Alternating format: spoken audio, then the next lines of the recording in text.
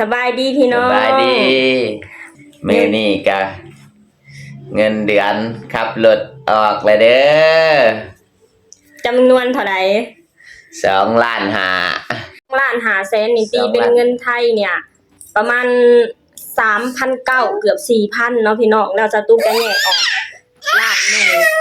เราไปซื้อของเนาะล้านหนึ่งในการสิตกอยู่ประมาณ 1,500 เนาะพี่น้องเนาะมื้อนี้เฮาสิไปจ่ายตลาดน่ะ2,500,000เนาะพี่น้อง2,500,000เนาะพี่น้องแต่ว่ามื้อนี้น่ะไอ้ของอยู่บ้านน่ะเบิดพอดีแล้วไอ้ซาตุกจะแยกออกไอ้1 ล้านเนาะเพื่อไปจ่ายตลาด8 9 10นี่สตุกแยกออก1 ล้านเนาะพี่น้องเดี๋ยวเราจะไปจ่ายตลาดเพราะว่าของอยู่เฮือนน่ะของกินของใส่คือทุกอย่างน่ะเบิดเลยพี่น้องเดี๋ยวสตุกจะแยกออก1 ล้านเนาะไปจ่ายตลาดแล้วอีก1.5 ล้านคือเก็บไว้ใส่จ่ายในครอบครัวไว้ให้ลูกไปไว้ซื้อขนมให้ลูกแล้วก็เอาไว้ให้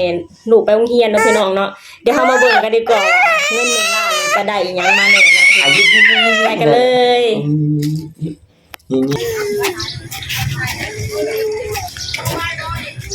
ไปถือของทุกคนไปถือของไอ้หนักลูกนะแบบมาเจอเจ้าบ่มีงานเขียนอะไรเขาวะ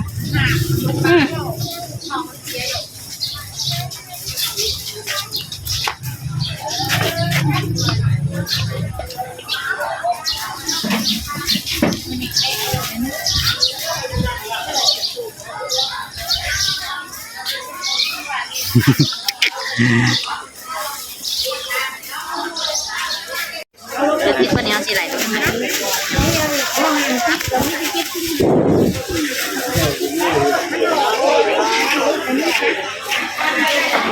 นั่นแต่1.5แต่ยาสิบ1.50เอาโลโลเท่าไหร่โลละ100,000เอาโลนึงทำเอาน้ำแต่150,000เอาโล1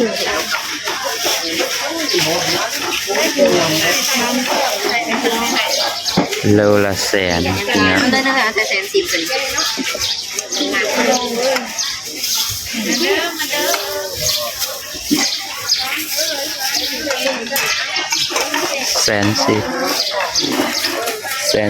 110,000 กีบ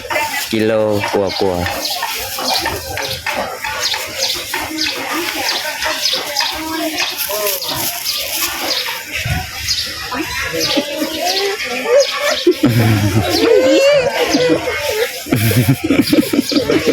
คนน่าอยากได้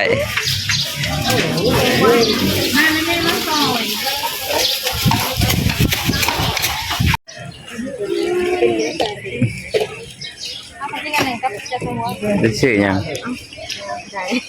อันแล้วมาชูได้ใจค่ะถ้าจังมากอาจจะซื้อกินเกินใหม่บ่นี่ค่ะไม่หลอกไปไทยมาแล้วมาอยู่เป็นปีแล้วมาอยู่บ้านนี่ไหนก็บ่เห็นจะถือไปเฮือนตัวเองก็ไปในเฮือนยาใส่เลยเงินตัวแม่บ่เห็นอะไรอยู่เป็นอะไร1 กิโลตัวจะไปปุ๊บบ่อยู่ทุ่งนี่บ่ได้อยู่ทุ่งบ้านอยู่ทุ่งอ่ะนะเฮ็ดเฮือนอยู่บ่อยู่บ่เฮือนนี่ค่ะบ่เฮ็ด110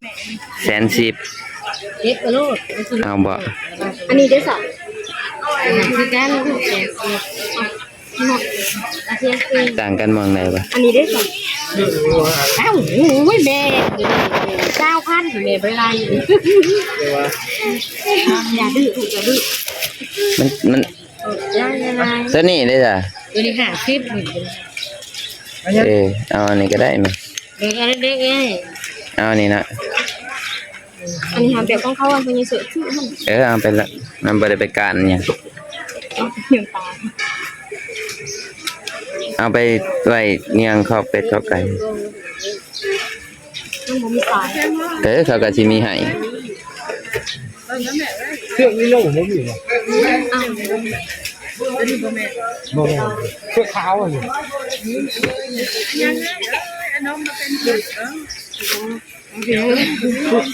มีร้านมานำด่าเปลี่ยนเลย เขาขาหรือเขาบ่ลงมันเป็นเพี้ยกับมีเหตุอันนั้นเราเห็นเหล่าเด้ที่เหล่า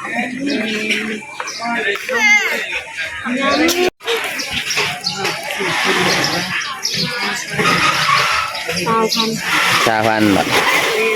เอาไปลองใช้ลองเบิ่งกันอันนั้น เลยหักกัน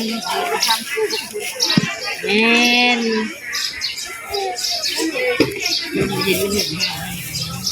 ลูกหลายแนวแต่ของเอาตัวนี้บ้าง อันนี้นะฮะ30นั่งจัดส่วนตัวหาทุนไม่ใช่ทุนหนึ่งใช่ลูกดีใช่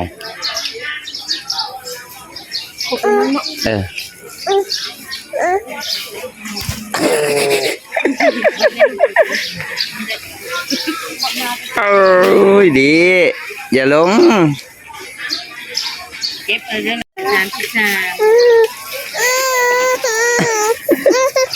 บ่ได้บ่ยอม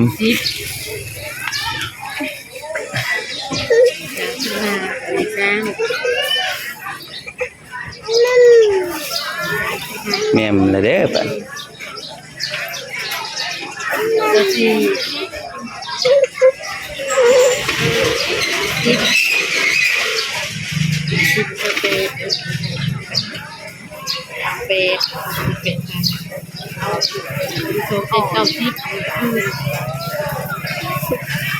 290,290พี่นาง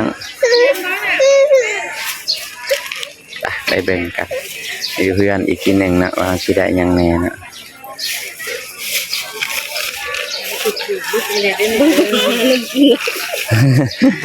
แม่ยังวะนี่แม่แท้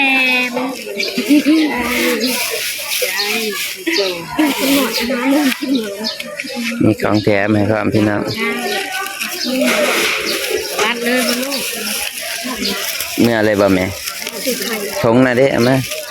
ทงนะกับแม่นได้หลายคนอยู่แล้วได้หลายคนน้อยก็งอแงอยากกินนม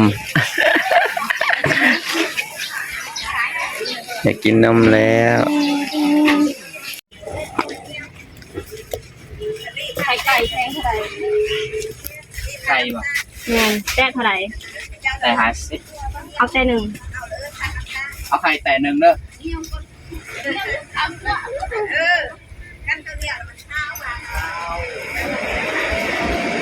เครียดจะได้ไปเมื่อป่ะเมื่อเนาะป่ะเมื่อป่ะอยากกินนมบ่ลูกกินนมบ่ไม่ใช่นมอ่ะใช่นมหลายอยากได้ตัวใดลูกไปเอาป่ะไปเอาป่ะอยู่ใส่สิตัวใดหลายอยากได้นมอ่ะแม่มันจืดได้ตัวใดสิใส่อันนี้อยากกินอันนี้เท่าไหร่นี่ไม่ใช่ล่ะอันนี้อันเท่าไหร่บ่15จะกินอันนี้โอ้โหแม่ม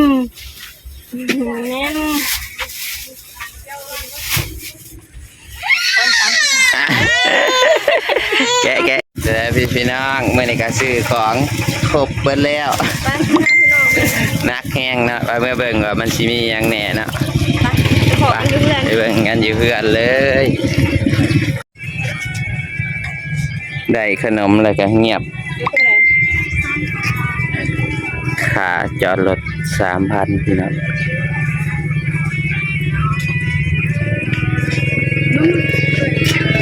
ตลาดดงเห็นมาแล้วพี่น้องมาหอดเพื่อนแล้วเงิน1 ล้านเหลืออยู่237,000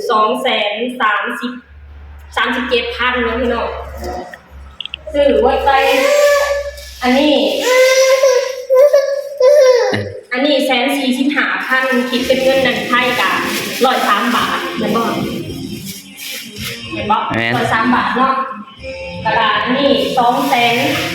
200,000 290,000เลยพี่น้องตกเป็นเงินบาทกับ460 460แล้วก็อันนี้ นี่140 นี่ตัวนี้อันนี้65,000คิดเป็นเงินลาว65,000 65,000ก็100นึง เงินไทยก็103 บาทเนาะ103 บาทตัวนี้นะอันนี้เป็นเงินลาวนะ140,000พี่น้อง140,000เป็นเงินไทย